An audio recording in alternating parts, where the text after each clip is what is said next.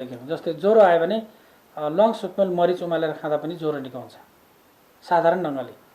अब हामी सुत्केरी जस्तो त्यस्तो कठोर बेलामा, प्रसव पीडाको बेलामा, दाँत हल्लिएको बेलामा ज्वानो प्रयोग गर्ने मान्छे हौँ हामी, हैन?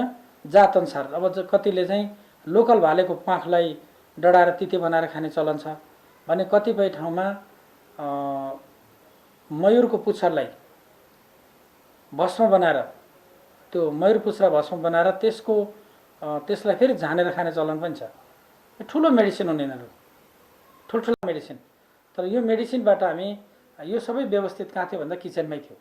जस्तै बमन भयो भने टिमुर प्रयोग गर्ने, हैन?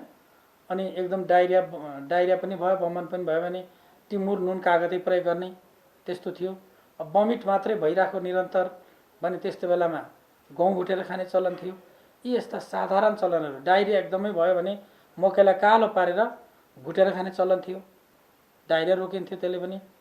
अनि कतिपय ठाउँमा दही र चिउरा खाने चलन। यस्तो किचन नै यति ठुलो हस्पिटल हो कि 80 देखि 85 रोगहरूलाई व्यवस्थित गर्नको निम्ति किचन नै सर्वसम्मत